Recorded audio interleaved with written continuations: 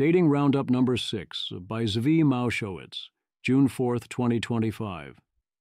Previously, number 1, number 2, number 3, number 4, number 5. Dating Roundup number 4 covered dating apps. Roundup number 5 covered opening without them. Dating Roundup number 6 covers everything else. You're single because you can't handle basic logistics. You can take the pressure off yourself to plan the perfect date. Instead, plan any date at all. Shoshana Weissman. I was hanging out with my married friend, who is a great father and husband, telling him how men cannot plan dates. He said, "What's there to plan? They pick a bar, a restaurant, and a park for a walk nearby." And I had to explain that grown men refuse to tell me when and where to meet until a few hours beforehand, if they feel like it. You could see him wilt a little inside. I know some people do not believe me. This was a recent instance. He also lied, because he told me he had a perfect place in mind and forgot the name 2 days beforehand. Art Vandelay. He's right. There's nothing much to plan for a first date. Just find a nice cool spot for a drink or coffee, maybe a bite to eat, and off you go. Not being able to do this very basic thing is a red flag like you read about. Shoshana Weissman. Hell yes. You're single because you don't ask questions. A lot of the alpha is on the simple things and not messing them up. There are often reports from women that men will go on a first date with them and fail to ask the woman any questions or show curiosity about the person across from them. Actual zero anything. This is a huge unforced error. Asking only has upside, even when you have to steer things back that way intentionally. Such questions are almost always appreciated. Failure to ask them taken as a bad sign. Also, the information is highly useful in deciding how and whether to proceed, and is usually actually interesting. If you find the answers boring, then partly that is likely a you problem. Learn how to find people interesting, see Dan Carnegie, etc. But also a sign this match is not for you, so little has been lost. Or maybe they're not making it easy on you. Ayala, men on dates. Wow, I'm so curious about you. Proceeds to ask 2 brief questions, no follow-ups, and then talks about themselves the rest of the time. Decroll sans. Weird. I'd much rather hear about the girl, but they're always turning it back on me. Ayala, fellas, this is a battle. She's testing if you're truly curious by throwing a softball at you to see if you drop your stated intentions to pursue it eagerly. Robin Hanson. Men mostly want to idealize women and take them at their word, but this becomes harder when we also need to notice that they often test us via misleading signals. Amanda Askell. More common. Wow, I'm so curious about you. Proceeds to ask so many questions that I begin to worry the goal is identity theft. Ayala, where do you find these guys? Can we swap? Keep in mind that Amanda Askell works at Anthropic, so he's a spy is on the table. The woman saying she is curious about you is partly that she probably is curious, but it also is a trap, potentially an intentional one. How do you steer things from there? Good question. Presumably the goal is balance, and you may need to fight for that. Then there are the parts that are about calibration, especially of being the right level of assertive and aggressive, and of course knowing which situations call for which is one of the hardest challenges. There is a lot of advice to men that is indeed essentially, don't be pushy, and lots of other advice from other sources that say, do be pushy.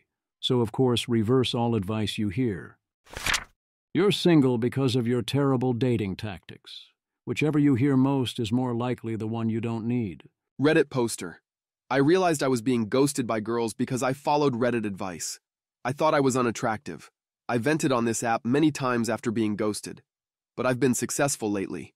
To be honest, I've also started going back to the gym. But anyway, I read on Reddit that one should always be respectful. Do not kiss on a first date. Do not flirt, etc. That's exactly what I was doing. I would go on dates, ask about their work, school, vacations, etc. All that wholesome vibe, and was getting ghosted.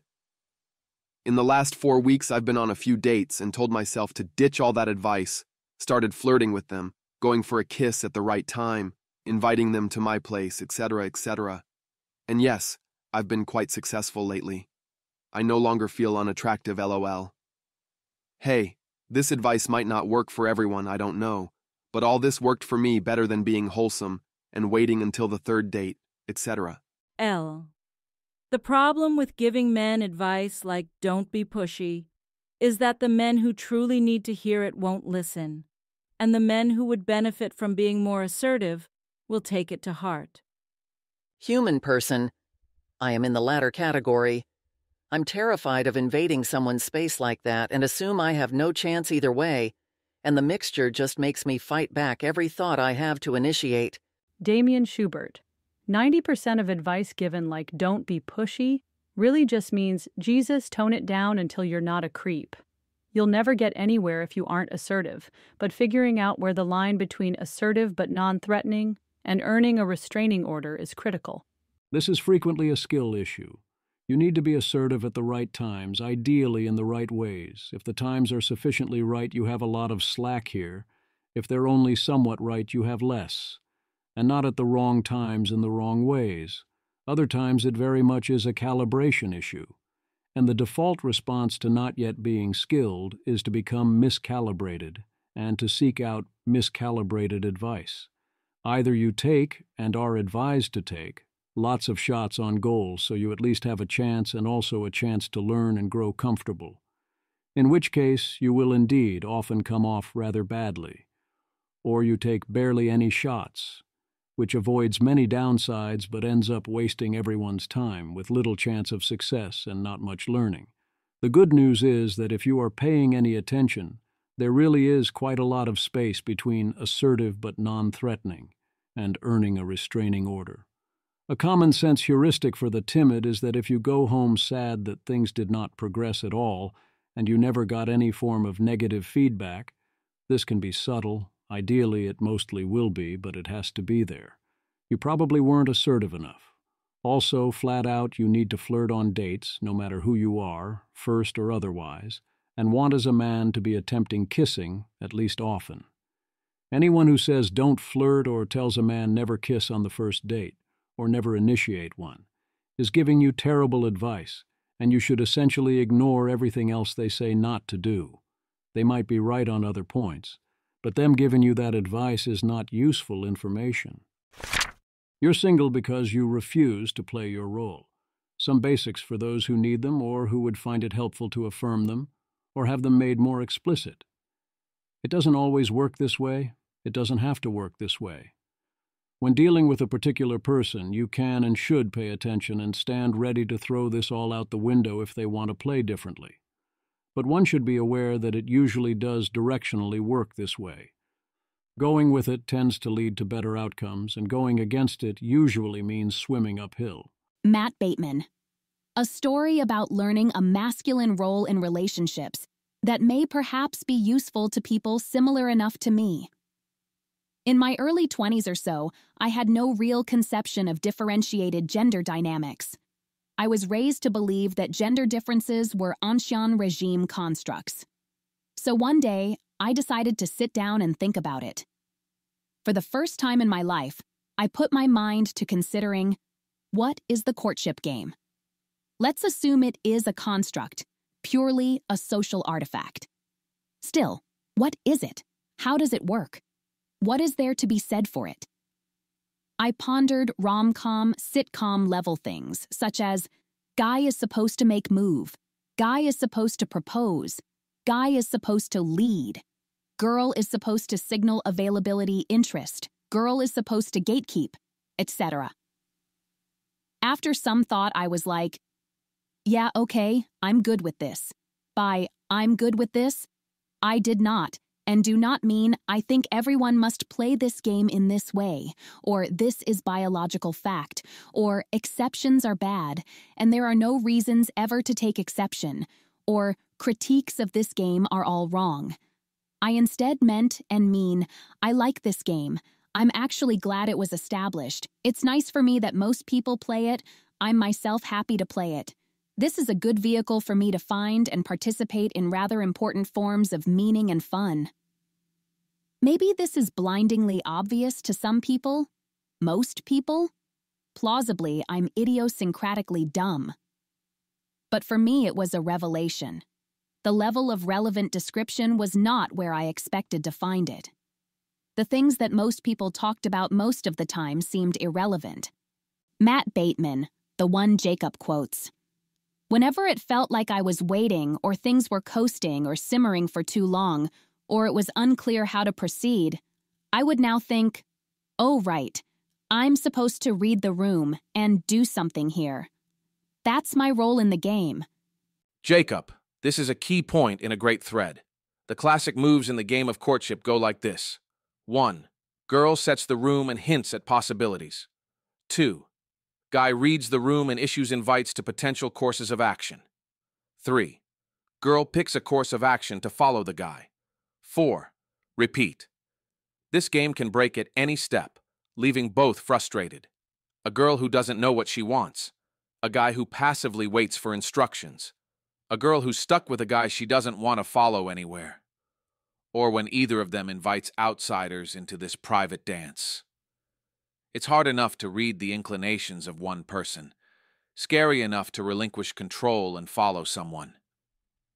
If you further constrain yourself by insisting on maintaining a story that would stand up to criticism on social media or even just among friends, it becomes impossible. Matt is very wisely being extremely vague about what the moves of the game entail for him personally, because arguing over specific techniques of seduction on Twitter is not how you either learn the game or play the game. It's why I spent the first month of second person explaining that my goal is to unblock readers to engage in their own practice of fucking around and finding out, and that giving specific instructions actually stands in the way of that.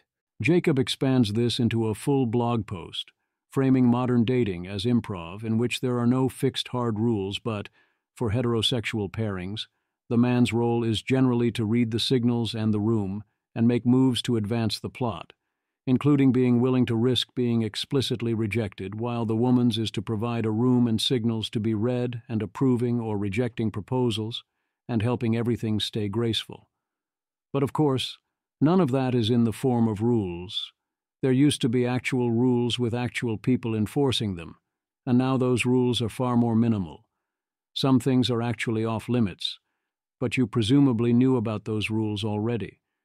If the situation isn't typical or typical isn't working, you are free to switch the roles, take completely different rules, except for the big, actually enforced ones, although even that can get weird these days, or do anything else you want. And if they don't understand how the game works or what their role is supposed to be, that's fine. You figure out how they think the game works or how they want it to work, and you play by those rules instead. That especially applies when the man is kind of clueless and you don't want that to be a deal breaker. Billy is Young has another thread of remarkably similar dating as a male 101, and how you need to project yourself, and in particular, not to attempt to present yourself as other than you are. Fully be yourself is not always wise, but don't be actively not yourself either. Don't hold back your masculine energy or pretend not to be attracted.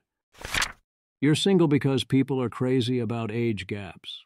Apparently there was a predator sting in which a 22-year-old was invited to meet up with an 18-year-old. Then the students berated him as a sex offender. 25 students chased him, and one student punched him in the back of the head. If you believe we live in a world where 18 to 22 is an unacceptable age gap and might get you chased by a mob of 25 people and punched in the back of the head, you're going to have a much harder time dating. You're single and you need professional help. Ayala hints she may be available to tutor you to be irresistible to women. I don't know if this would work, and yes, you'd have to pay, but it might work, and this does seem like it would at least be fun. It sure beats buying them Tinder credits. In her case, she offers us some free instructions. See? It's easy. Ella, all I want is a guy I just met to casually and confidently touch me on the arm or back, lean in with direct attention, unwavering eye contact, and then spend the rest of the night flirting with my friends. I just want to slightly insult him and have him slightly insult me in return. I want him to be a little assertive all the time and completely comfortable with that. I want him to be Schrödinger fucking other girls, where he is simultaneously getting intimate with all other women but also has standards too high to sleep with anyone. I want him to enjoy me but be uncertain about me. I want to be unsure if I am good enough for him. I want him to be completely, deeply, and unapologetically comfortable with himself and his desires. I want to somehow possess some rare jewel of a trait in my soul that he has been waiting his whole life to find. Including this first-level move, although you'll usually need a different framing. Ayla, one of the hottest things a guy on a first date ever said to me was, I estimate 15% that I'll end up interested in seriously dating you. All a girl wants is to feel like she has to work in order to catch a guy. Joe's AI experiments. I work in the gambling industry, and 15% is considered something of a magical number. It's high enough that people consider it possible and don't give up. They keep full emotional investment. But 15% is rare enough that a win feels really special. I've never heard the 15% claim, but I've been sitting with it for a few minutes. It seems plausible in some settings. I can see it being a cool percentage chance to win a run, for example. But in my sports betting experience, going plus 500 seems like a bit much, although it also rarely is a natural thing to come up without a parlay. For dating, it makes sense. 15% chance of serious interest is still a hot date. You're single because you never close. Always be closing. A classic puzzle inspired by a TikTok clip. A woman is invited back to a man's place after a date, agrees but says, "I'm not going to sleep with you." What does that mean? It means you need to pay close attention. Richard Hanania, what does it mean when a woman says, "I'm not going to sleep with you," while also going back to your house? It means she probably will. Anecdotally, this only seems strange to those under 30. Society has failed you, but I'm thankfully here to explain.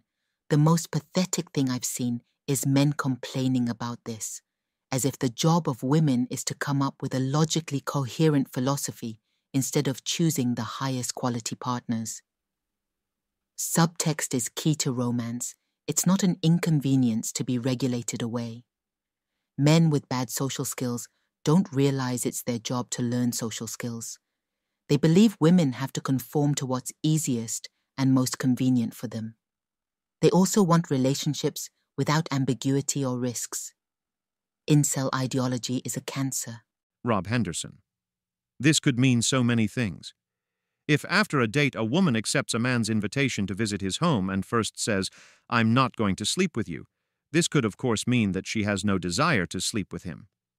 But it could also mean something like, "I'm going to share this information with you in order to gauge your response, and if you behave weirdly, then I'm not going to sleep with you." It could also mean, "I'm attracted to you and would like to sleep with you, but I'm not feeling at my best, so I'm not going to sleep with you tonight, but want you to know I like you and trust you enough to be alone with you." It could mean, "At this very moment I'm not entirely certain I want to sleep with you, but let's see how the rest of the evening unfolds." It could mean, "I really like you and I'm absolutely not going to sleep with you, but I have no way of forecasting how I'll feel as we spend more time together." In the same way as you could imagine someone watching their figure entering a patisserie and thinking, "I will absolutely not order a slice of their famous strawberry cake," and 20 minutes later find themselves savoring the last bite. In the clip, the woman complains that she is the problem because she did not want to sleep with him, but she wanted him to try a little. And he didn't. So now she feels ugly. Richard notes that a lot of younger men expressed great fear that they would be punished severely, as in life ruined, for judging wrong and going too far. Any of these things could be happening. There is a substantial chance she does end up sleeping with you if you are down for that, and also a substantial chance she does not, no matter how well you play. Your job is to navigate this ambiguity. Develop and use the relevant social skills. Use ambiguous actions to see how she reacts. Do the best you can. Understand that there is no perfect solution. You need to be willing to get it wrong in both directions and gracefully navigate both failure modes. That is vastly harder if you have gotten it into your head that one move too far could ruin your life. Which in theory it could, but the chances of that happening, especially if no one involved is in college, if you act at all reasonably, are very low. Essentially, those men think their own sexuality is borderline illegal in their culture. Sula, Zoomers have an incredibly weird relationship with sex. On one hand, talk of sex and adjacent things has been completely destigmatized. Nobody really cares or thinks it's a taboo if you talk about it. OTOH, acting sexual, especially for men, has become extremely taboo because of the possibility of making people uncomfy, which must be prevented at all costs. Masculine sexual behavior especially has been made taboo. Safe horny and reddity horny are okay. Step on me mommy, etc. because it's not threatening. They seek to turn the masculine man into a harmless femboy twink because the masculine man is scary. It's basically a result of histrionic zoomer behavior to minimize discomfort at all costs, harm reduction, etc. Completely delusional, they need to grow up and stop being whiny babies. Alaric the Barbarian. I've said it before, and I'll say it again. As of today, white male heterosexuality is the most suppressed pattern of behavior in the culture. It's effectively illegal, shamed at every turn, policed by HR world doctrine into narrow venues of acceptability, constantly bashed in media and on social media, crafted into something new and non-threatening via a full-court press of incentives. There's space allowed for everything but this. Andrew Retek. To the extent this is true, the law is only strongly enforced in some places and never universally. It really sucks for the guys who have their social lives in those places and can't get an exception for themselves. My model is the same as Andrew's here. There are particular places and times in which being terrified is a reasonable response. The obvious response, if you find yourself in such a place, is to tread very carefully while there, not get stuck there permanently, and do your best to get your dating and relationships elsewhere. Once you are not in such a place, you need to realize that you are not now in such place and undo the paranoid adjustments you felt forced to make. You're single because you're bad at sex and everyone knows. If she, 27-year-old, screams someone else's name during sex, what to do? If that someone else appears to be a 16-year-old boy cartoon character called Ben 10, but also could be another Ben she is cheating with and then tried to save it with the cartoon character, then does that change your answer? Some advise leaning into it. Mostly I think people let this kind of thing get to them more than it should, and you should essentially bank the credits for when you need them. But that's an outside view. What about endurance, and how much of it is being fit? Yella, man, I didn't anticipate how much I was spoiled by having a longtime sex partner with incredible physical endurance. It turns out that it's much easier to drop into sexual bliss when a part of you isn't worried that the dude is getting tired. Guys, by endurance, I mostly mean whatever cardio and muscles are required to keep going until I have an orgasm. Penis endurance is also nice, but IMO not as rare. This includes jaw and tongue and back of neck. Okay. What's most interesting here is how much of the issue here is presented as worry about endurance, rather than in the actual endurance. That's yet another way confidence matters. I'm also rather surprised by her observation that cardio and general muscle fatigue are the most common limiting factors here. I suppose it depends on how much endurance you need. Ayala's studies report that watching porn is mostly positively correlated with predicting female sexual preferences, including the finding that more women like rough sex than men. Of course, check first, you can't assume. But she notes that anal is the big important exception. Ayala, on average, men who watch more porn were more accurate in their predictions of what women liked in bed, according to ratings from the women themselves. This held both in my own survey and also a microtasker sample. Anal is actually maybe one of the few exceptions here. In general, women are significantly more inclined to like rough porn than men are, but anal is one of the biggest gender gap preferences in favor of men. Way more men like anal sex than women do. Frederick von Range.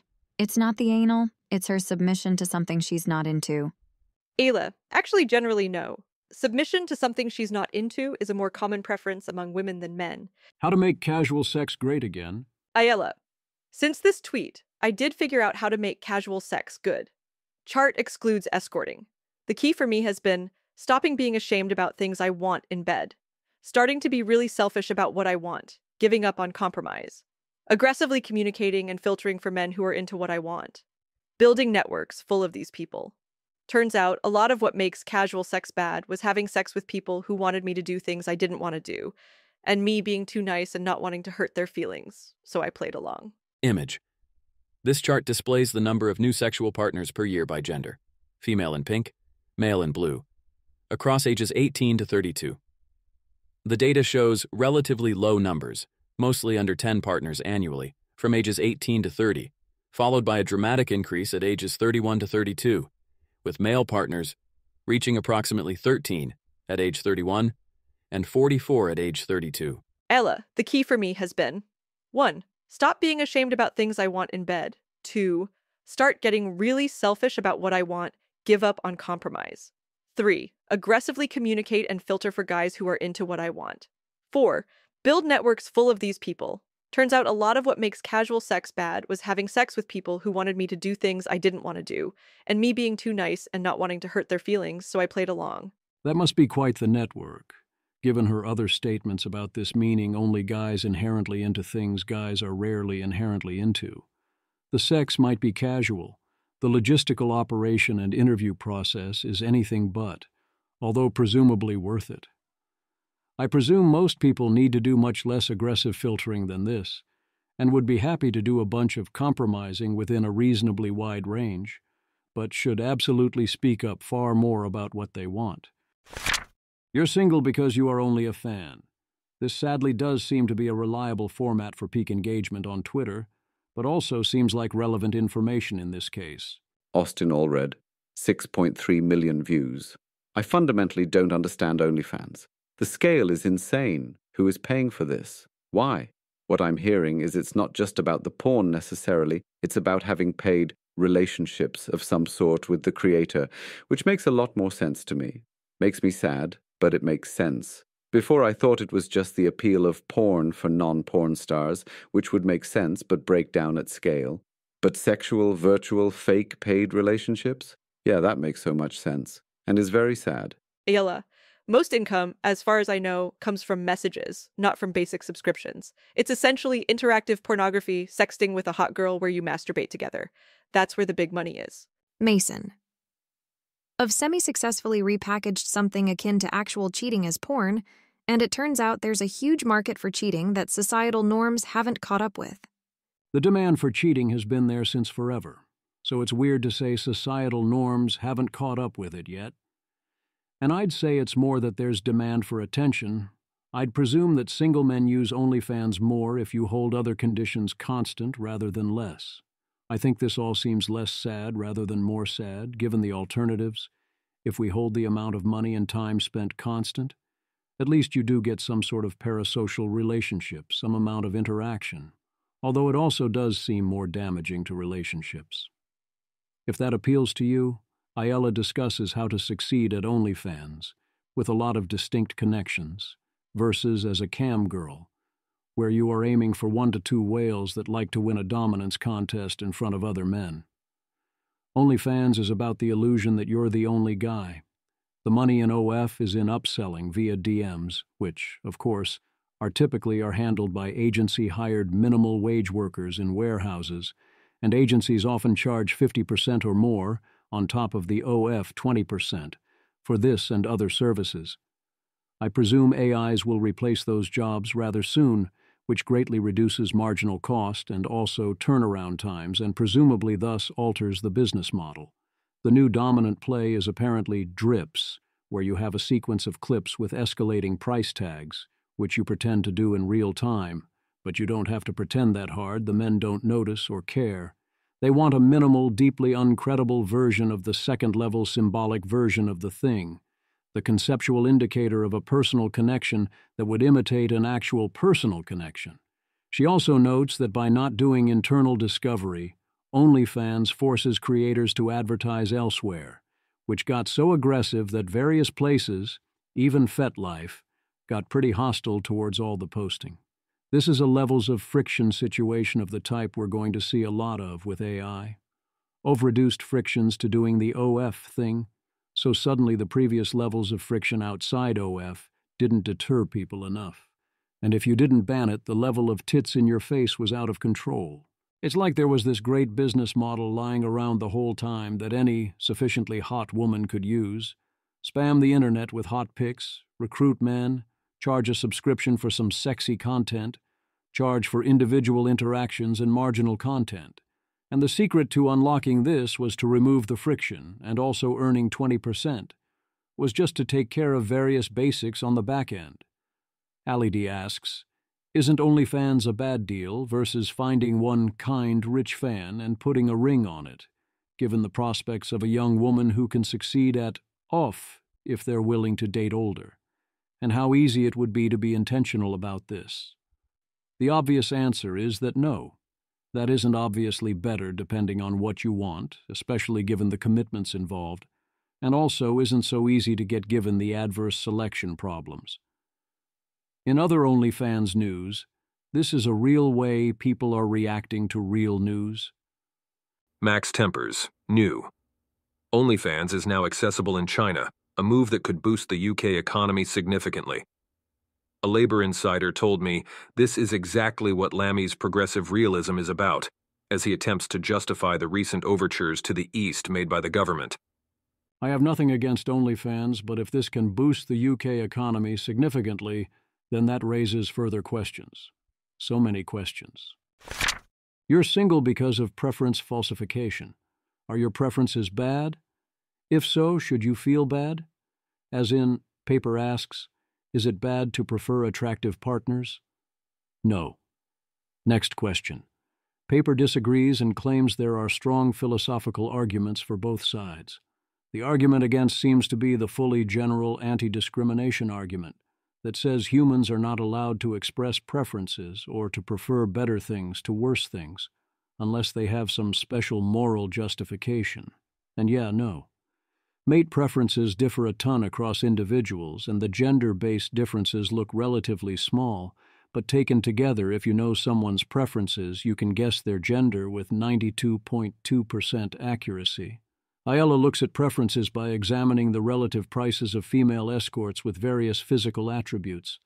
Nothing is too surprising, but you learn about which things have bigger magnitudes of impact. Even the things that mattered don't seem to have that big an impact on price, to a level that I'm a little suspicious. Ayala also notes that as she charged higher prices, client quality improved. In particular, there were far fewer assholes. Ella, I've always liked about 80% of my clients, but now that I've raised my rates even higher, I think I like all of them. I work less often and mostly just for fun, but I think every single man I've seen in the last year has been pretty cool, and I feel warmly toward them. When I first started, my rates were a lot lower, and most of the unpleasant clients I remember ever having occurred in those early months. Not that wealthy people can't be unpleasant, but it's more like unpleasant people are less willing to pay a lot of money. I bet that charging more also makes the same men act less like assholes. Consultants know that if you don't charge enough, no one will respect or listen to you, so not only won't you make much money, you won't be able to do the job.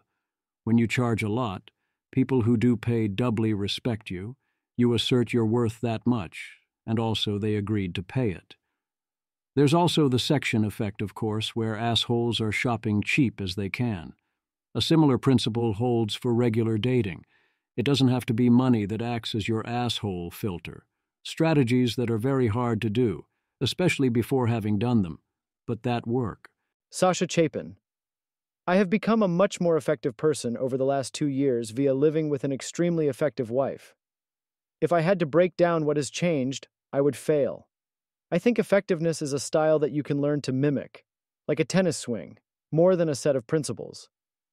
How one finds a highly effective wife or husband without first yourself being highly effective is the mystery.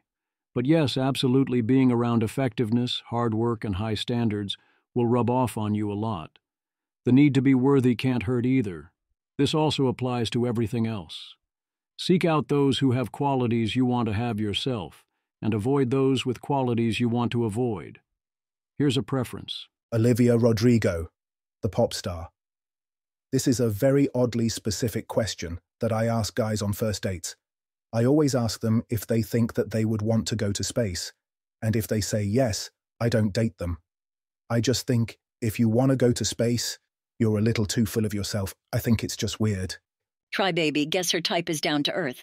If that is her motivation, that is a good thing to want to avoid, especially in her position, since I imagine a lot of men who dare try and date a pop star are rather full of themselves. And this is potentially a good question to ask, but you have to pay attention to exactly how he answers. If the answer is sure, if given the opportunity, of course I'd go, and you turn them down for that because they're too full of themselves, then you fool. If the answer is yes, I'm actively trying to go to space, then sure, maybe that's not what she wants. Here are some other claims about preferences that sure sound like a trap. Anagat. Being a stable and reassuring man is the sexiest thing you can be for a woman. Our nervous system reacts immediately and deliciously. If you're trying to court someone and don't know what would work, this is what would work. You're welcome. Sarah Constantine. The most valuable in-demand person in the world is someone who is fine. Now that's easier said than done. But if you do happen to be feeling just fine, thank you. Don't worry about any of your other deficiencies. You are a catch, just for that alone. Misha, why are you saying an obviously false thing like that? Sarah Constantine, because it is true in my experience. Misha, how much experience do you have dating as a man? Being a catch is not the same as being more likely to be caught. I do think that these characteristics are valuable and worth pursuing for other reasons, and are underrated as male dating strategies. But for it to work, you need to get into opportunities to demonstrate this style of value. This won't get you in the door. Merely being stable and fine on your own in the abstract is great down the line, but you still need a way in. This can't take the role of the thing that is attractive about you. You're single because you have insufficient visual aids, also fitting the above the pattern. Women like kind men. This is a well-known, robust result in evolutionary psychology. However, men have the strong perception that if you want to end up with a woman, being kind too early is a poor strategy. To put this all in someone else's terminology, and hopefully make it clearer, we're going to have to pull out the visual aids. As I realized while editing the post, we've been effectively talking about the two different axes on the latest men and women ranking scales chart. It's a fun one, with lots of detail. As usual, take the right amount of seriously and literally, which is neither super high nor non-zero. Image. This image shows a colorful, hand-drawn relationship chart titled Zones that maps out different categories men and women use to evaluate each other, with sections for physical attributes, body type, fitness, appearance, personality traits, supportive, reliable, fun, and various relationship zones like friend zone, husband zone, and others. The chart includes detailed subcategories with scoring systems and appears to be a comprehensive visual guide for understanding dating dynamics and attraction factors, complete with illustrations of faces and various relationship scenarios.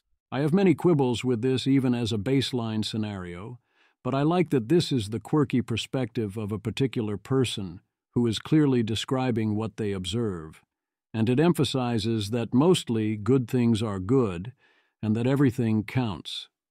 The discussion at the link, mostly unrelated to the graphic, is the latest iteration of the dating market broke because the men who can get multiple offers solved for the equilibrium argument, where without enforcement of various traditional social norms, things collapse into dynamics that aren't good for most people involved, where men have little felt incentive to commit and women have little leverage. Even if you do want to spend your 20s seeking marriage and kids, that becomes very difficult, especially if you are unwilling to break with the mainstream social scripts around dating. Also, it seems there's a part 2, which resonated a lot less, and feels like it says a lot more about the author than anything else, but seems fun, so sharing anyway. Image. This image shows a hand-drawn chart categorizing relationship behaviors into Type 1 masculine and Type 2 feminine columns, with a scale from 5th normal down to 1st unsalvageable that lists increasingly problematic dating behaviors and red flags. The chart uses simple stick figure illustrations and bullet points to describe various scenarios, from relatively normal behaviors like lives with parents and economical car at the top, escalating to more concerning behaviors like carry bear spray and call friend for help at the bottom levels. You're single because you told your partner you didn't want them. There was much talk about this Reddit thread, reminding some of this other thread. As usual, the story might be fake, but the hypothetical and the reactions are real. Cat spilled spice tea. My boyfriend and I are both 28 years old and together for 2.5 years. Yesterday night we were drinking, and one thing led to another, and I tried to compliment him by saying he is not someone who I would hook up or be a FWB with, but marry. I thought everything was fine, but he seemed extremely distraught after that. I realized how he understood it and tried to clarify it, but he is still the same this morning. He told me he needs space to think for a while and left the house. All my friends tell me I messed it up and guys tell me it's not a compliment and most men will understand it differently. I think I destroyed our relationship and I am panicking right now. Bearn the Fallen. Now I know why this is ringing a bell. It's like the TOMC. I broke my wife and I don't think it's fixable. Story where a guy basically says the same kind of compliment about his wife and she walks. It's the same sentiment, but many aren't comprehending it. Can't lie, I love when there's a gender flip on a situation. It can help people see it differently. This shouldn't be seen as a male versus female gotcha, but an understanding of what the other person feels receiving such a compliment that comes off as backhanded due to the qualifier comparison plus. Misha, I hope everyone has learned a lesson about how to not give a compliment to a guy. I think there's too much unstated context for us to conclude things about him or their relationship here, but is there any context in which it improves a compliment to start off by saying, "You don't want to fuck someone"? Rat bastard. Remember that time Ayala posted about a guy she was dating saying she's not that pretty? Remember how all the replies suggested that, like, she was being emotionally abused or something? The original poster's boyfriend is wildly overreacting, but perhaps he is simply too attuned to how women declare war. Lowell. Women think it's a compliment, actually, because they are focused on the marriageable aspect. And I think they are right that it is unfortunate that many men nominally want to get married, but legitimately do not really care about being marriageable. My insult everyone take here is that most men don't need to care about being marriageable, and they know it. If you won't fuck them, you won't date them, which means you won't marry them, so it's all moot anyway, is the vibe. It makes sense that these kinds of comments can be unfixable deal breakers. The information can't be taken back and potentially colors everything. Danielle Fong, referencing the chart in the previous section, basically the girl is saying you give me great investment, husband, friend zone quadrant, but you are not hot enough to be a prince charming, a situationship, or the bad boy. You are not on the left column. Now depending, the guy can be fine with this age, but say he is putting up an unsustainable amount of effort, investment high, this would not be a good sign. Drop off for a bit and you're settling or worse. And apparently nothing. This is stupid, I can tell you. Work out and you'll be getting the attention. Guys who can't be hot are just being lazy. Skill issue, really. Also, why is the guy so sensitive that he can't take what is intended to be a compliment? Snowflake ick type thing, second degree type 2 ick emo. Malcolm Ocean, also referring to the chart from the previous section. What she says, I would marry you but not hook up with you. What he hears, you're disgusting, a sweeper. I wouldn't even want someone to see us together. What she means, you're charming, husband zone, so I don't want to get attached if this isn't going anywhere. Not being hot is a skill issue is a bold take. It's not entirely wrong, especially if you go beyond exercise into various other areas. There is usually a lot of room for improvement. But a lot of it is not a fixable skill issue, especially for being hot to a particular individual person, and once impressions have solidified. Also, that's a lot of additional investment if you don't otherwise want it. My quick model is that I see there as being 3 distinct problems caused by this. 1. Feeling unattractive and unwanted really sucks.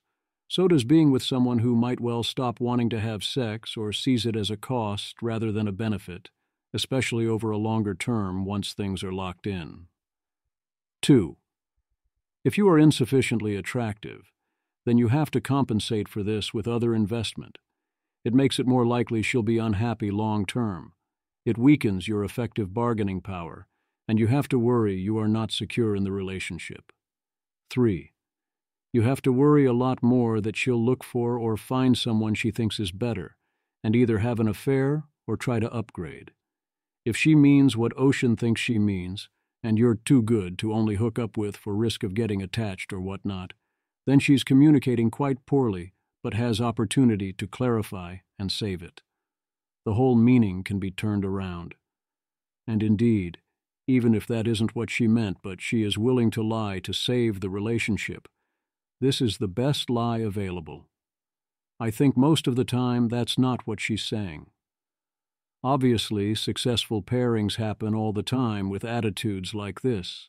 Most successful pairings don't involve maximum baseline physical attractiveness before growing into that, and if they did, then that means everyone is paying way too much attention to looks.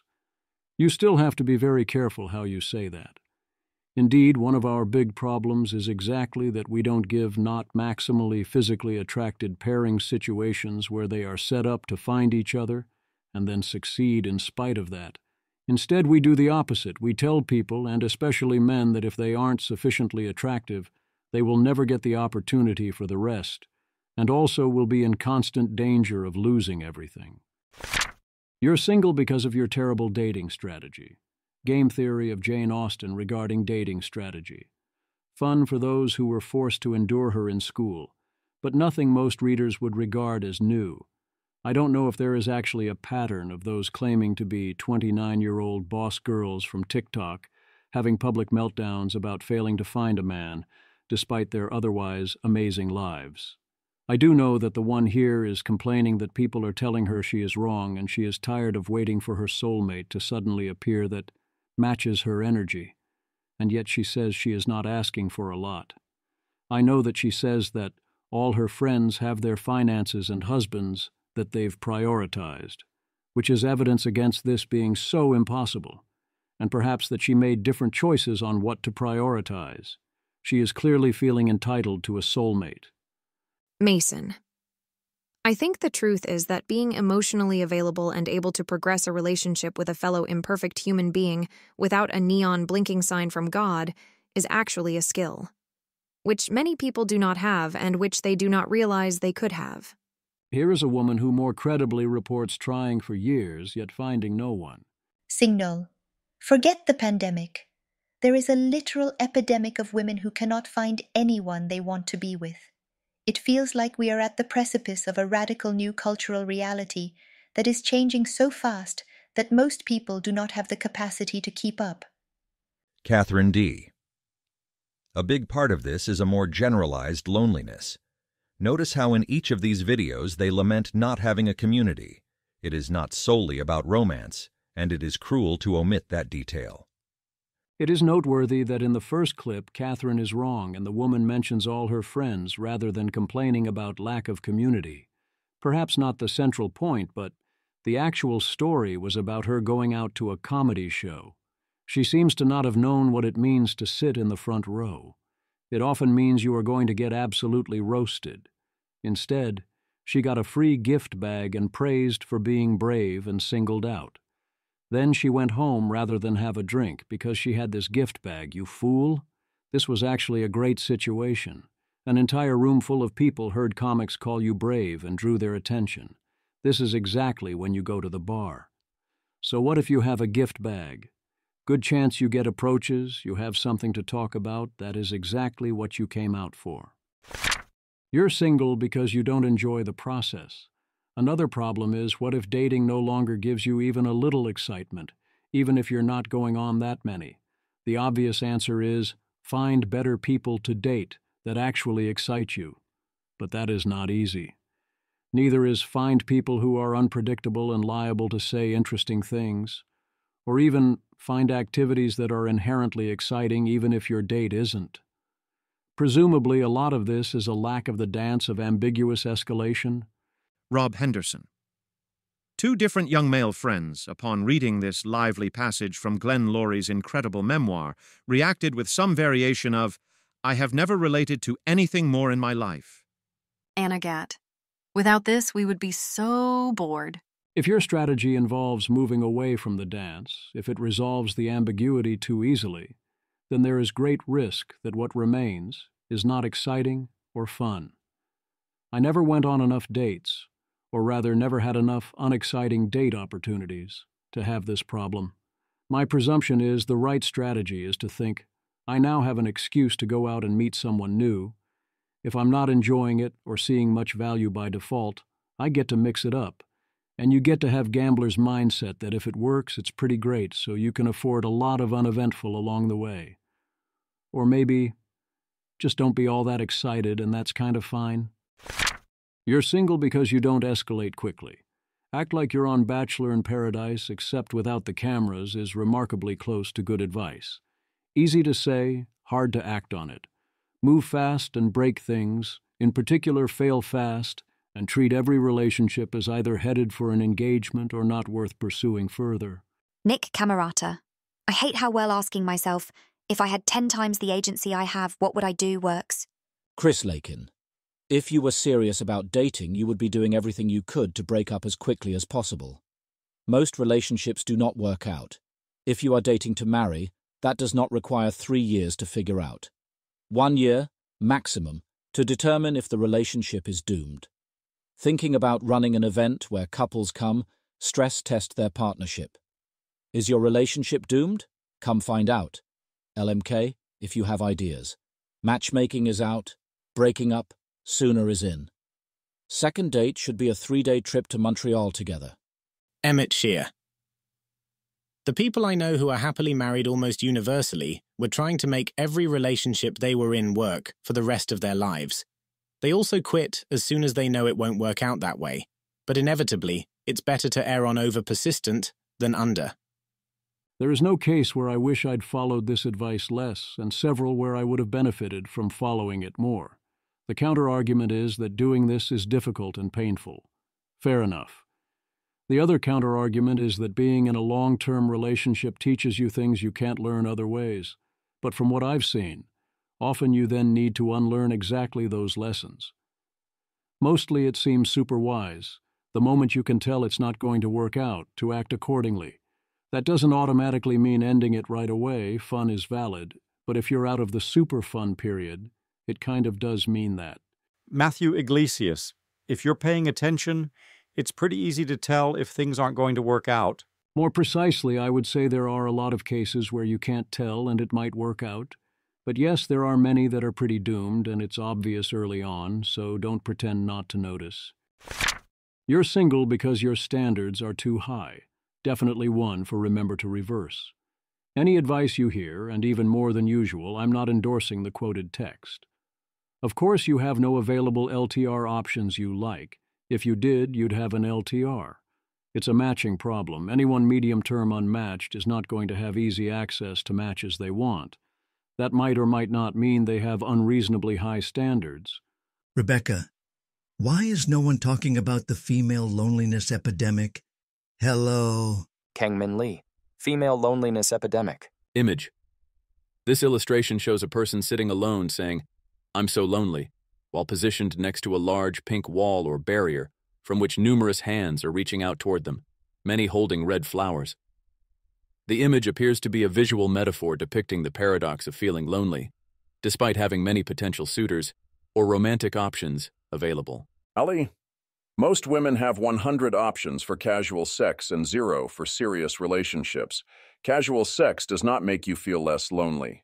Who math? You mean 0 options that you like, right? Like if you start with the men you like and ignore everyone else, you have 0 options for a long-term relationship. But if you count the men you do not like, then you have many options, right? Ami, are you supposed to date people you hate and find annoying? Genuine question. Who math? No, but do you remember when you were younger, perhaps 11, 12, or 13, and you liked boys who did not possess any of the traits you now look for in men? Do you remember being perhaps 16, 17, or 18 and being impressed by guys who had an apartment and a car?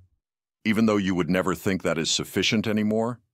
Can you see how the more experience you gained, the higher your standards became? Well, because of how modern society encourages women to be liberated, they are gaining more experience earlier in life than ever before. That means they are moving on from men who would have been acceptable to them in a time when things did not progress so quickly.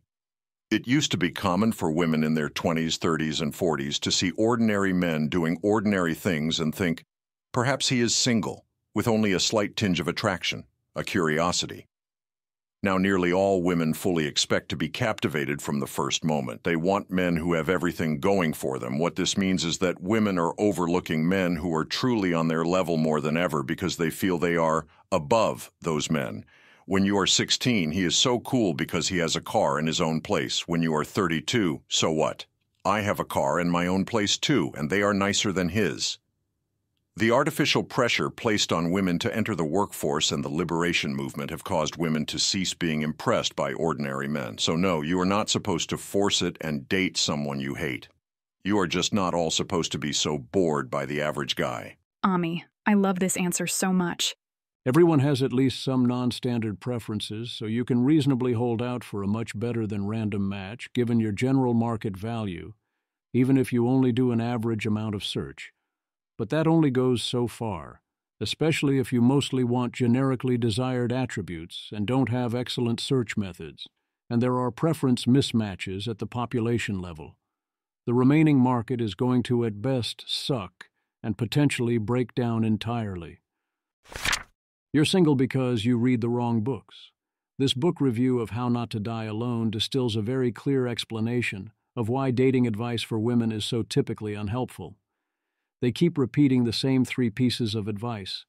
They're all good advice, but neither complete nor usually all that actionable. Jacob Falkovich.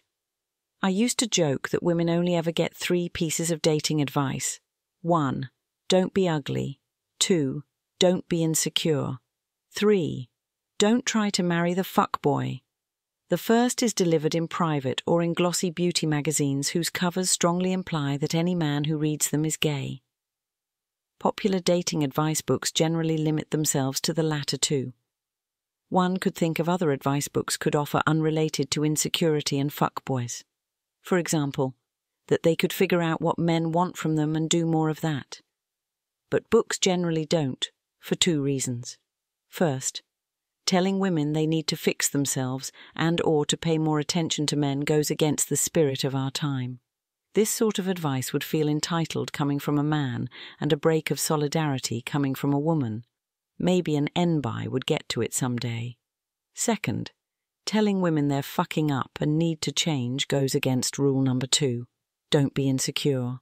And since that's the main piece of dating advice women get, you'd be stupid to go against it. Jacob then goes on to absolutely savage the science that the book in question, How Not to Die Alone, is based on, while noticing that the advice is perfectly respectable and mostly seems right but generic and in line with general expectations. I actually think the central theme of much of the advice here seems to fall outside the 3 categories above, while also being good advice, which is 4. Engage in deliberate practice, act intentionally, and follow through on decisions. The book knows better than to say anything is your fault. But have you considered making better, more deliberate decisions and journaling to record what you learned? Whether or not it is useful to think of things as your fault depends on how you react to that. If it helps you improve and learn and have hope because you can fix your fate, great. If it makes you insecure and afraid and hating yourself and you stop leaving the house, then that's not great. It's weird that the book is doing that, while also explicitly holding the reader blameless. Jacob Falkovich, summarizing the book. Your problems are common, which means you're normal. Your problems are a worthy subject of study for the world's most prestigious researchers, which means you're important. And the researchers have found that every single problem was caused by things outside your control, which means you're blameless. You are normal, important, and blameless. There is nothing you need to fix. Jacob, providing advice. But if you aren't, thinking of yourself as a fuck-up who's constantly improving feels much more secure than the opposite. It makes every rejection a positive, an opportunity to learn. And every positive development is a validation of the progress you've made, which can only continue, as opposed to being about some default desirability you're clinging onto. Even if you're a millennial, it's not too late to not be yourself.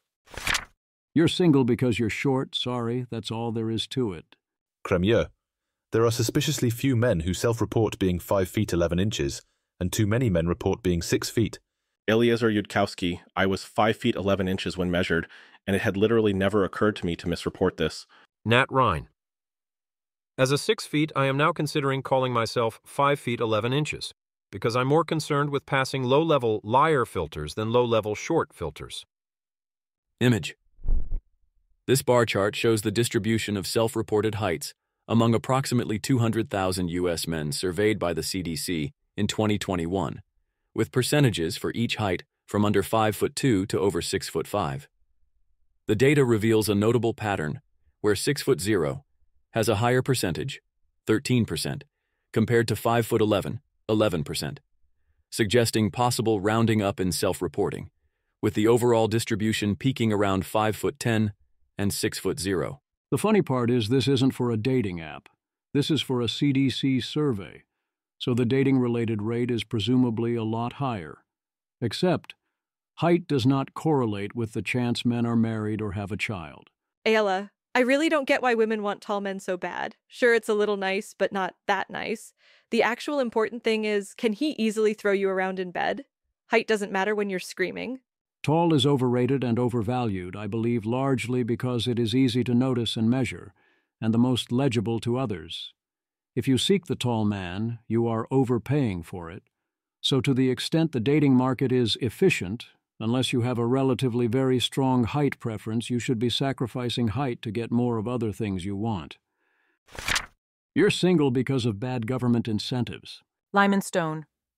Yes, we should incentivize people to get married. Marriage bonuses are an unalloyed good.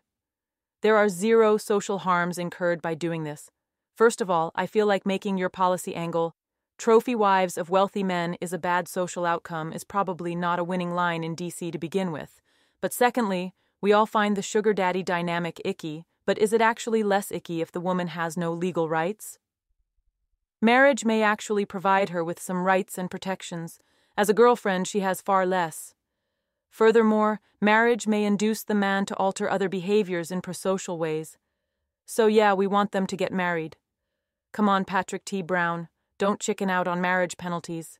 This line is silly. It's perfectly fine, indeed actually good to eliminate marriage penalties in a way that incidentally generates marriage bonuses. We want marriage bonuses, too. Let's just make this super clear, though. My actual view is the French have this right. All tax brackets should double when you get married. They should multiply again for each kid you have. Married plus 4 kids earning $100,000. You should be taxed like you earn $18,000. Robin Hanson. Well, obviously, not all of us find the sugar daddy scenario icky. Lyman's full proposal is instantly reverse the fertility crisis bazooka-level big. I don't know I'd go that far, but on any realistic margin movement towards it is great. At minimum, we need to eliminate marriage penalties and have at least some marriage bonus. We want to encourage marriages. Having one spouse support the other is fine and good. We shouldn't punish that. The sugar daddy scenario is icky to many, not all. But as Lyman says, a marriage, if anything, reduces the ick level and the power imbalances involved. Given sugar daddy is happening either way, sugar husband is an upgrade. You might prefer to have neither, but is that the primary effect you're getting by punishing the marriage? You're single because you don't realize cheating is wrong. This is an interesting divergence, but it's also a highly mislabeled diagram. Brad Wilcox.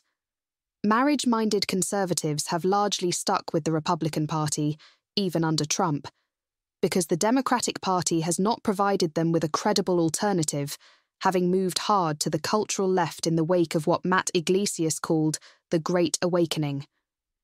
Image.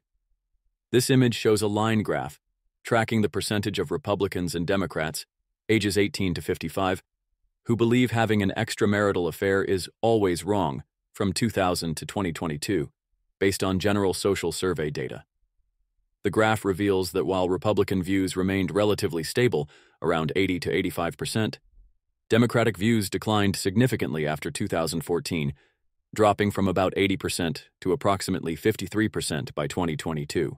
The question was whether extramarital sex is always wrong, not whether an extramarital affair is always wrong. Part of the cultural divide is arguing over where there is a difference. Lyman Stone. This is a wild split after the politics of the last 8 years. Non-monogamy is adultery. The fact that many liberals approve of adultery because they have found a relabeling of them that helps deal with cognitive dissonance doesn't change the fact it's adultery. I very much think there is a difference. You're single because you're doing polyamory wrong. Isla offers a thread of polyamory lessons learned with clear themes. 1.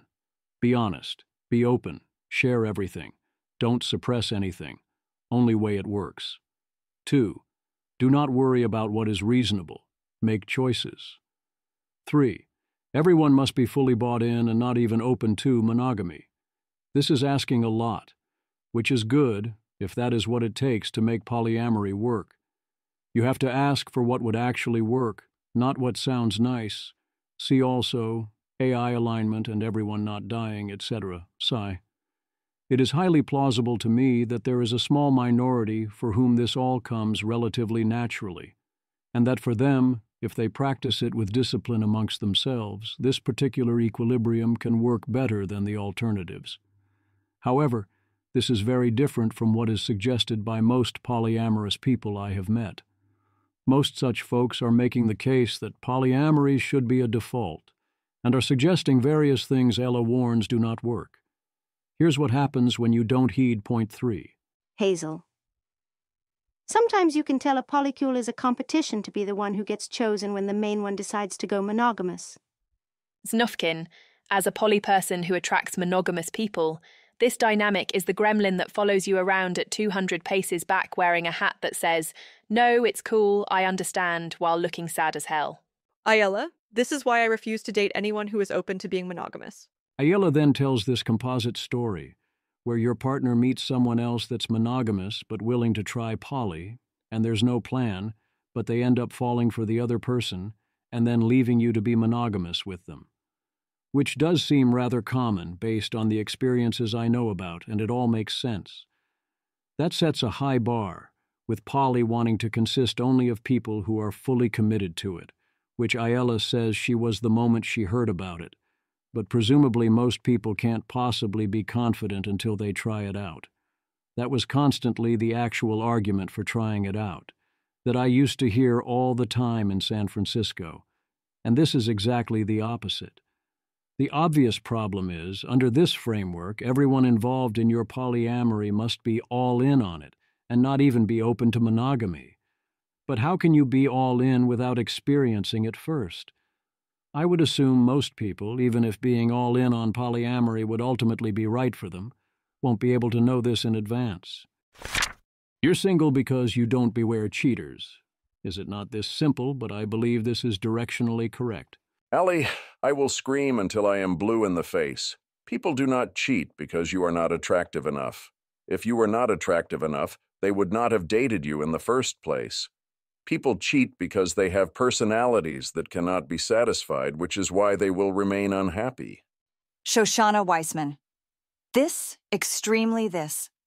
Such people can grow and stop cheating, but dating a cheater is a real risk because of that.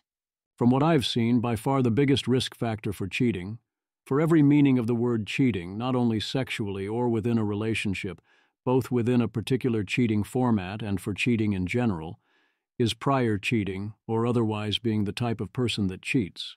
It is an indication of who they are and can make it part of their identity. The reverse is true as well. Not all such actions are created equal. The circumstances still matter quite a lot, including evaluating past circumstances to predict implied future cheating risk. Details are important. Attractiveness does matter too, especially in relative terms, and not only in terms of physical attraction. If you're dating out of your league, you are taking on risk, but I think that is a bigger risk factor for them leaving than for cheating. You're single because your ex spilled the tea. A key problem in our civilization is that it is legally dangerous to say anything negative about anyone in a documented way, outside of certain specific bounds, e.g. leaving online reviews of products. Then again, one must consider the alternative. Ellie, there's now an app where you can review your ex-boyfriends, and I can't see this going well. Yes, warn girls you know, especially if a guy is actively dangerous. But if everyone trashes their exes online, no one is ever going to date. Girl. Me kissing my new crush goodbye after reading the most unhinged review about him from his ex on T. Gilbert Kitchens. I'm sure there won't be any exaggerations and lies told by spiteful exes. Shoshana Weissman. In the past, they've also been shut down for legal reasons. And sharing this stuff can open you up to lawsuits. Ellie, has this happened with Are We Dating the Same Guy groups yet? Those get nasty. Shoshana Weissman. I think there might have been a lawsuit. Yeah. Someone had me join one at first, and it was briefly helpful and then just became like, this guy is weird, but no real reason. Tim Newman. They start out to warn women about violent, dangerous men and quickly get swamped with women writing about men who were mere assholes or just bad on a date. In theory, of course, 4.8 plus on the app stores, but the reviews I read make me rather suspicious in various ways. Should be great and net positive for our romantic prospects via reducing uncertainty and conservation of expected evidence. T says it lets you run a background check, reverse phone lookup, reverse image search, criminal record lookup, and sex offender search, including trying to figure out if the guy is already in a relationship. Not only does filtering out bad apples get rid of the bad apples and let you accept more marginal other dates, it also improves the dates you do go on because you can trust things more. What about reviews from exes? The same things should be true if we take reviews as given. If you're properly calibrated, you should on net come out more excited and also have more information to help things go well. The first obvious danger is that an ex could have it out for you. And there will be false positives here, but the alerts should be much better than random. A lot of the negative reviews are from not crazy exes, and it's not entirely random, shall we say, who ends up with crazy enraged exes. The accuracy rate doesn't have to be that high to still be net positive if everyone is reacting reasonably. The second obvious danger is poor calibration. You don't want T users to only or mostly update negatively on such reviews. There will doubtless be some of this, it's unclear how much. I'd also note that this likely constitutes positive selection for the men. The women who are now more positively inclined will tend to be the ones you want to date. Good. Then there are the incentives, and how this changes dynamics while dating.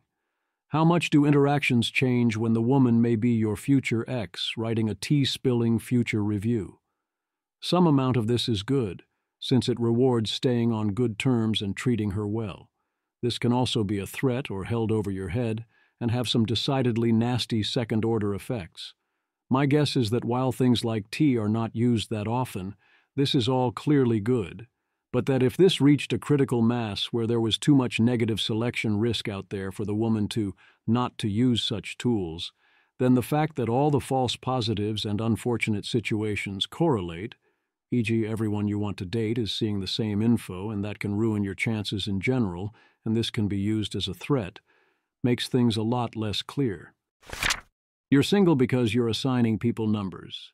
Here's Sergeant Blackout thinking he's solving for the equilibrium and failing via a combination of objectification and then taking the 0-10 scale and completely butchering everything related to it on multiple levels at once, including by conflating a hotness-only kind of offensive objectification scale with an actual human including personality scale, and trying to condense 2 dimensions down to 1 by pretending they correlate way more than they do. If you do talk with numbers to rate anything in any context, you always have to be clear what the numbers refer to and what those numbers are leaving out. It is obviously correct, however, to keep an eye on the personality distinction he's pointing at underneath all that, about a personality type of I am the hotness and get to act like it, that definitely exists and is mostly to be avoided for most people reading this, even if they're right. Wisdom about the 0-10 scale. Felisa Navidad. When men are debating online whether some woman is an 8 or a 10 or whatever, I interpret it as basically the same kind of thing as when they are debating who would win in a fight, Batman or Superman. You're single because you are the wrong amount of kinky. BDSM and kink have gotten steadily more prevalent. If you are looking for ways to give yourself more value on the dating market, as I understand the situation, this very much is one of them. 1. The involved population tends to be relatively interesting in other ways. 2. The social conventions of BDSM spaces make many things much easier. 3. Huge supply and demand imbalance. Submissives greatly outnumber dominants. 4. Most dominants do not put in the work to be good at it. You can. 5. It takes remarkably little work to quickly get relatively good at many aspects. 6. That work is largely technical skills, very compatible with geeking out on it all. 7. Many have highly particular preferences.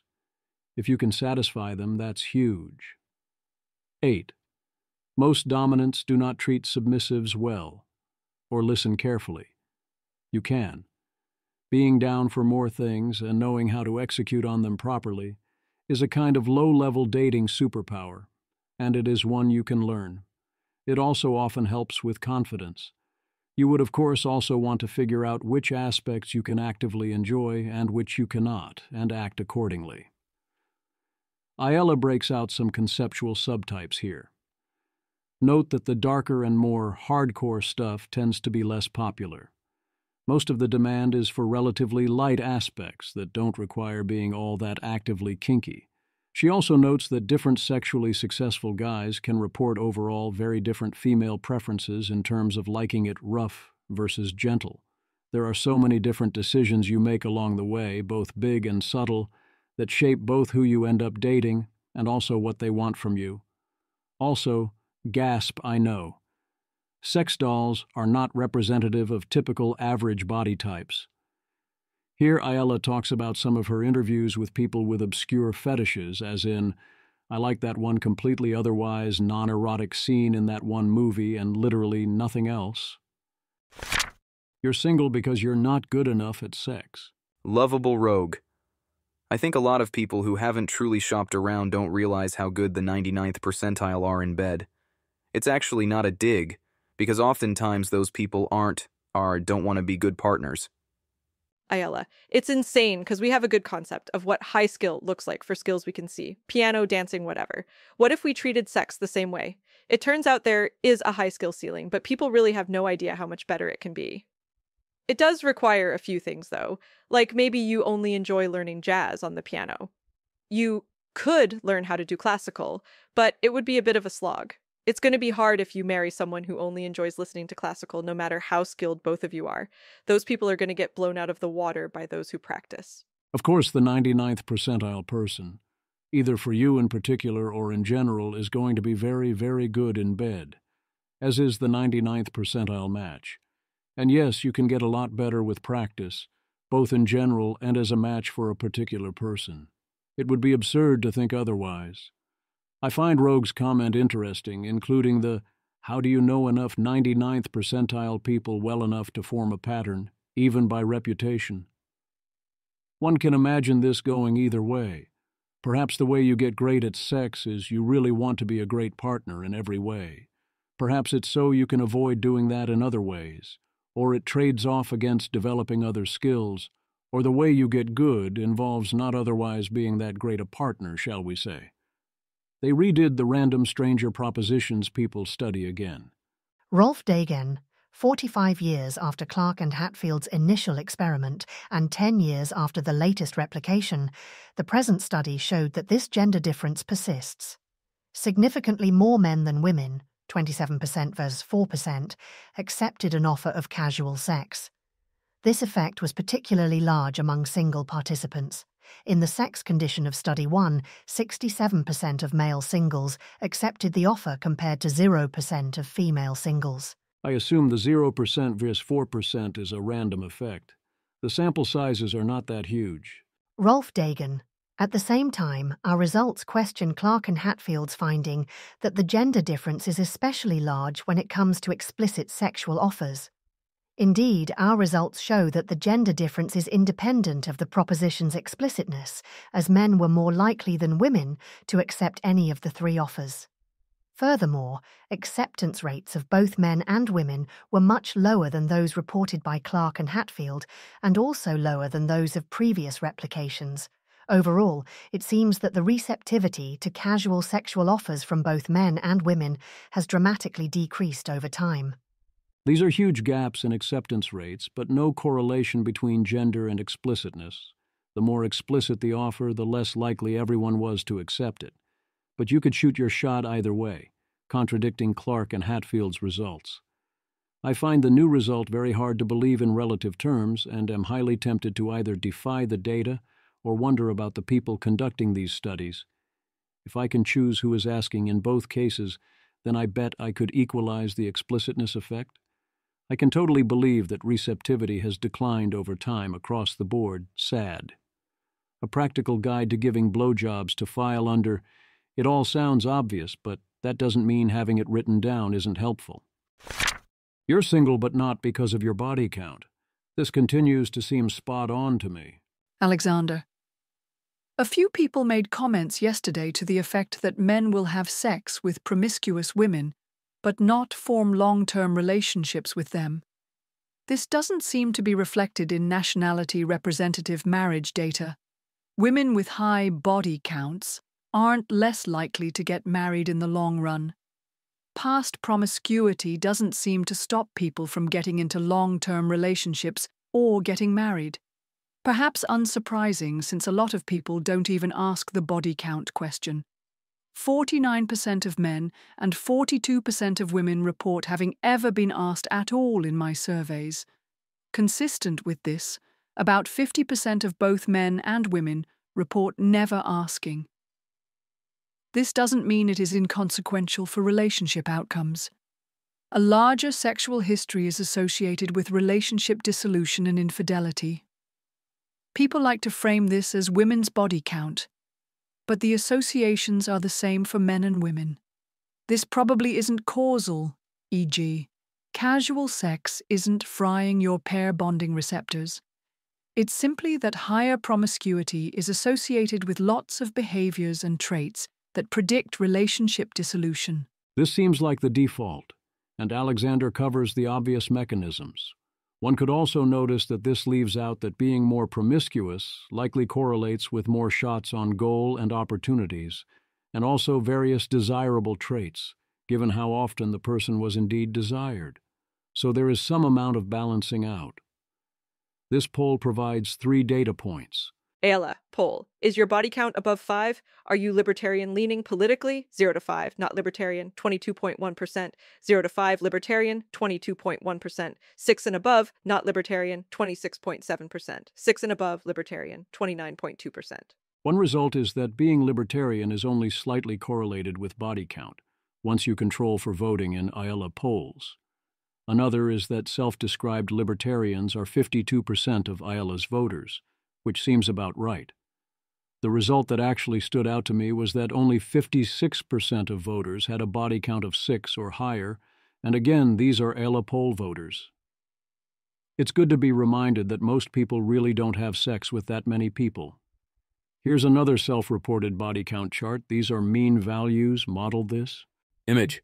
This heat map displays the average number of sexual partners, body count, for women aged 19 to 25, based on their political positioning across social and economic dimensions, using data from 177,744 respondents.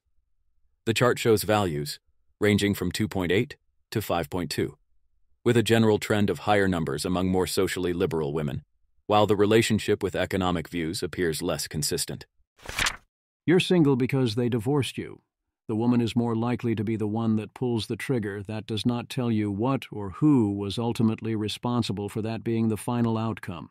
Regan Arntz-Gray.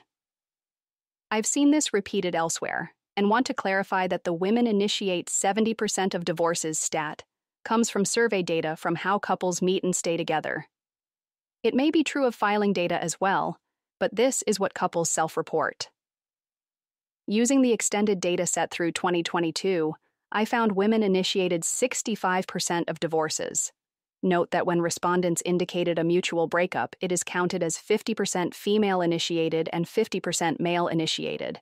So the underlying numbers are 54% initiated by woman only, 23% by man only, 23% mutual. But I still agree with Allie's sentiment that this doesn't mean women cause 70% or 65% of divorces, or even that they're more flippant about divorce.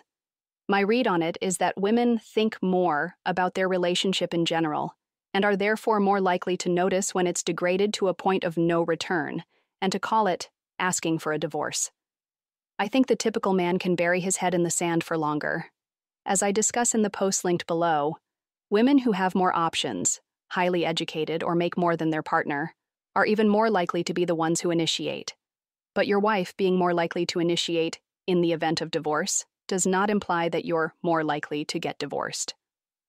There was very little difference in probability of breaking up within the survey period based on these wife status markers, and the data set is so small that these differences are insignificant. 3.9% of all marriages broke up in the period, 3.5% if wife had a degree, 3.6% if she was more educated than her partner, and 5% if she made more money than her partner. Robin Hanson, rating the relation as degraded or not, ignores that the relation might be differently valued by the two sides. Plausibly, women initiate divorce more as they more often correctly estimate that they could do better. How many of these divorces were initiated by the woman, but only after years of her trying to get her husband to talk to her, to address issues that he wouldn't recognize, to try therapy, etc.? I can't say, but I don't think it's trivial, and who causes most divorces is either nonsensical, as in no one caused it, they were just a bad match and should never have gotten married, or is too complicated of a question to answer with this kind of survey data. The data in the study I linked to comes from the How Couples Meet and Stay Together, HCMST surveys. The original data set came from 5 waves of surveys conducted between 2009 and 2015. There's now a new survey, HCMST 2017, which has conducted 3 waves so far between 2017 and 2022. Image. This table analyzes breakup patterns in heterosexual marriages based on wives' education and income relative to their husbands, showing breakup probabilities ranging from 3.4% to 5.2% across different categories. The data reveals that women initiate a higher percentage of breakups when they have educational or economic advantages, rising from 65.3% overall to 83.3% in cases where the wife has a degree but the husband does not. What does cause mean in context? If a marriage fails, one can say that the person who initiated divorce caused the divorce in some sense. Or one can say that whoever did whatever provoked or led to that caused the divorce, which may or may not be the same person. Either party cheating can lead to a divorce, and then there can be claims about what caused them to cheat. The same goes for other failures. I still think who filed for the divorce tells us a lot. And it tells us what economics and incentives would predict, that the better your outside options, the more likely you are to initiate a divorce. It seems plausible that the person with better options also is likely to impose more demands, treat the other person worse in various ways, and put in less effort. You're single because no one tells you anything. There isn't a strict term for it, and I don't know of a good pointer, but I've written about related phenomena before multiple times, with several. Defender, 850K views. Has anyone written about the phenomenon where autists go from really bad socializing to being way better than the average normie once they realize the game has rules that you can debug and create new rules? You can create new social norms or cultural patterns. We just don't think of them as cultural patterns if it's between 2 friends or a small group. Alex Elliott. I should write about my experience with this with regards to dating back when I was single. Abish me, but now they don't believe I have autism. Defender. Ha, yes, this is it. I think even other autists don't believe it's possible, so they don't try or are afraid to try. Adeline, autistic courtesan. A friend told me, there's no point at which you need to stop learning masking. Your skills can surpass normies and you're just 90th percentile socialization. Why don't we have better resources for this across this and many other systems? Because of the implicit coalition. The implicit, of course, alliance of enforcers who react quite badly if anyone is not part of the alliance of enforcers who punish anyone formally or explicitly knowing and doing things that everyone is supposed to keep secret or implicit. Dating is a gray area where you definitely get smacked down hard for being too strategic or doing actual thinking in the wrong ways, but also everyone understands the stakes are too high not to. So all you have to do is not make what you are up to common knowledge. Patrick McKenzie explains some aspects of this here. Patrick McKenzie, Qting OP. If they have, hypothetically, they probably don't describe it as that. Cf. Professional Managerial Class Handbook on Cognitive Diversity, revised, PG 73. That is not actually a book, but let's say there is a very rich subgenre of advice, much of it written by and for very successful people, which says what that book would say, in some cases literally by way of extended D&D metaphors. It assumes the audience will grok. Sigh. You can tell more than a little bit about me from immediately feeling the need to clarify that that was not an actual book. On an entirely unrelated note, I alluded in this episode to the fact that many systems consider a forthright description of how the system actually operates to be deviant behavior, in part because it is a roadmap to successful attack of system. I give the explicit example of AML, KYC regimes, where knowing the regime exists is formally a red flag if you shouldn't know.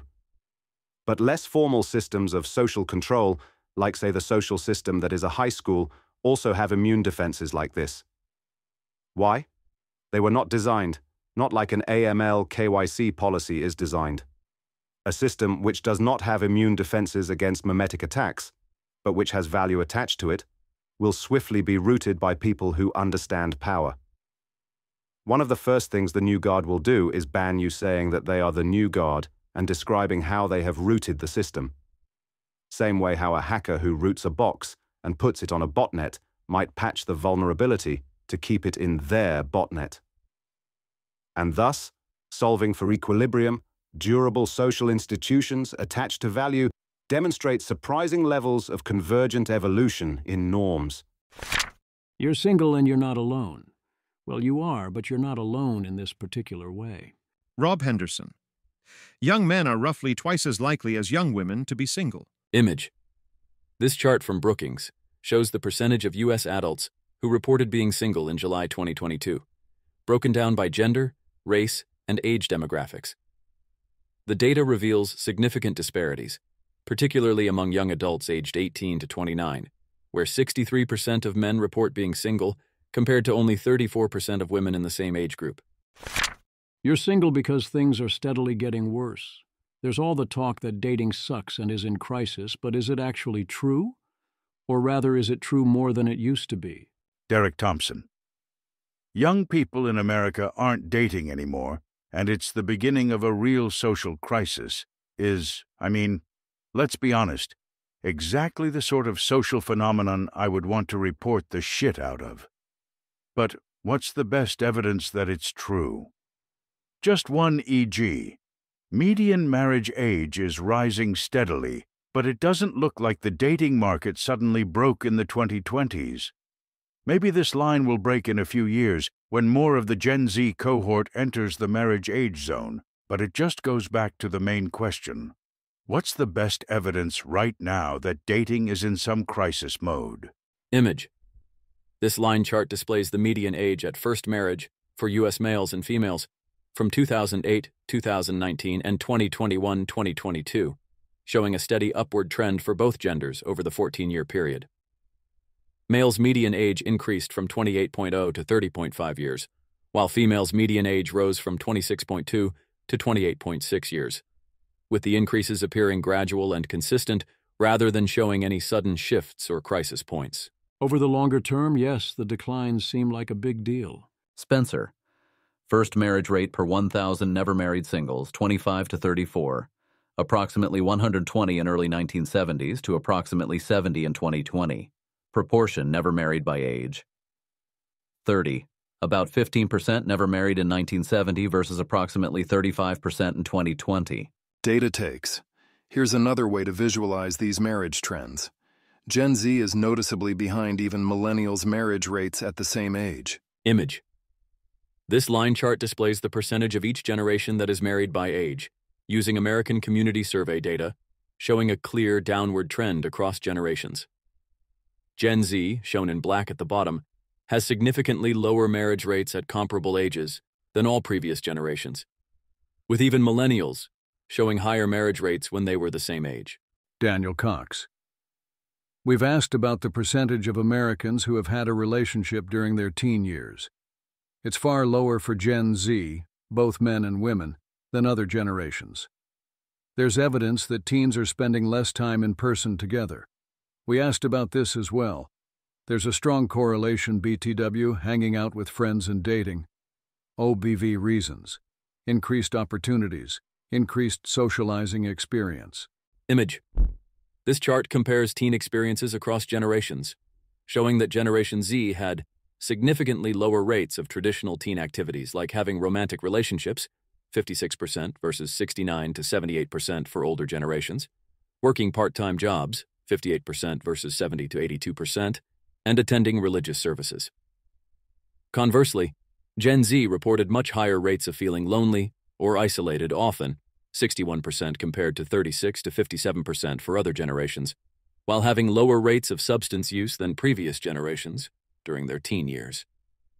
There does clearly seem to be a teen loneliness epidemic, but that could be a mostly distinct issue born of our unwillingness to allow them physical contact and experiences, plus the way they handle mobile phones. And this is again over the longer time period. John Twenge. Dating is definitely in crisis mode among U.S. 17 and 18-year-olds. Data from Monitoring the Future update of figure 6.16 in generations. Image. This chart tracks the percentage of U.S. 12th graders engaging in various adult activities from 1976 to 2021, showing dramatic declines across all categories since around 2000. The steepest decline is in dating, which dropped from around 85% in the 1980s to 1990s to approximately 44% by 2021, while having a driver's license, working for pay, and trying alcohol all similarly declined to around 55 to 60%. Again, it seems clear there is a big issue at relatively young ages, but that could still be something that mostly fades over time. Alice Evans. Did you see this by John Murdoch? Image. These two charts show the percentage of Americans not in steady relationships, left, and not living with a partner, right, from 1980 to 2020, broken down by age groups according to U.S. General Social Survey data. The most striking trend is among 18 to 34-year-olds, pink line, who show dramatic increases in both metrics, rising from around 40% to over 50% not in steady relationships, and from about 30% to over 50% not living with a partner. Taken together, I see very strong evidence for the ongoing, steadily worsening situation, but not strong evidence for a sudden crisis in the 2020s. You're single because you didn't go to college. Matthew Iglesias. There's incredible levels of discourse and resentment about girl bosses and email jobs, but the decline in marriage is among less educated women. Cartoons hate her. They actually think men are rejecting women for making too much money. I can't imagine how little you'd have to leave your house to think this was true. Matt Popovich. Finally, a chart whose mysterious realignment happens in 1945 instead of 1970. Image. This chart from Axios displays the percentage of U.S. women married by age 45, comparing those with bachelor's degrees or higher, yellow line, versus non-college women, blue line, across birth years from 1930 to 1980. While college-educated women maintained relatively stable marriage rates around 71%, non-college women experienced a dramatic decline from approximately 78% to 52%, creating a significant education-based marriage gap that emerged around 1945 and widened substantially over time. So good news then, all we have to do is send 100% of women to college. In all seriousness, though, as more women attend college over time, the yellow line is horizontal, and that is meaningful. The selection and signaling effects are doing less work and the results are holding steady, whereas the purple line could be increasingly dire selection effects, or the increasingly dire signal it sends to have not gone to college. You're single, but this isn't about you. From 2004, survey of 10,000 Chinese couples in 1991 shows self-matched couples had fewer domestic conflicts and higher income versus parent-induced matches or friend introductions. It makes sense that parent introductions do worse. The paper considers agency costs versus market expansion. I'd care more about population differences, with the paper attempting to fix this by using regional and generational differences, But those are a lot of the population differences I'd worry about, including regional infrastructure for creating self-made matches. What is surprising to me is that friend introductions do not do well, as they do not come with the same pressure as parent matches. I suppose the key is to still apply strong selection and mostly reject such matches, and people were accepting too many of them. That, or they didn't actually control properly for selection effects, which seems likely. Life without sex. Large-scale study links sexlessness to physical, cognitive, and personality traits, socio-ecological factors, and DNA. Sexless men tended to live in regions with fewer women and more income inequality. Genetic variation explained approximately 15% of variance. Okie dokie. Claim that assortative mating has greatly increased is 75% or so due to later marriage. If you are sorting later in life, uncertainty about income decreases, so you can more efficiently sort. A lot of the sorting is based on education and class markers rather than income, which complicates this explanation, but I buy that this is a major factor. I would also add that the later you are doing the matching, the more you likely prioritize income over other factors. Also, it's notable that we are sorting on income rather than wealth. You're single, so let's go to the videotape. Sentiment analysis and other statistics about text messages from a failed relationship. You're single because you don't seek out good advice. What are the sources I've found most interesting in this area? Matchmaker Blaine Anderson has been interesting and is getting a bunch of mentions here. A lot of the notes are kind of obvious, but it's good to see it laid out. And often the details surprise. In particular, she's good at calibrating how forcefully she says things. Alexander also often makes it into these posts. Jacob's blog on dating is a solid read. He's an old friend. We definitely don't agree on everything, but his model is worth understanding. Also worth noting this, in both directions, cartoons hate. Her explains if you want to know what gets a man to go for a woman, you should probably ask women rather than men, on the same principle of ask the fisherman how to catch fish, that should make you suspicious of women's reports of how to attract women, and that the answer isn't primarily be nice and respectful or shy and polite. You're single, so here's some hope. Connie, how it started versus how it's going. Connie, I feel like this is the natural evolution of my Date Me doc. Image billboard with Connie's photo and the text, "Date me, you cowards." Kyle Morris. Great, let's do it. Image Connie and Kyle's wedding. Kyle Morris.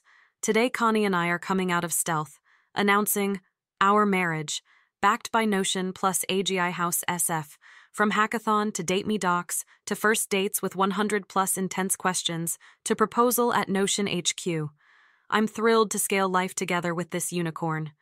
The full story is less billboards and Twitter posts, and more Date Me docs and meeting at hackathons, after seeing each other's Date Me docs and comparing Notion docs.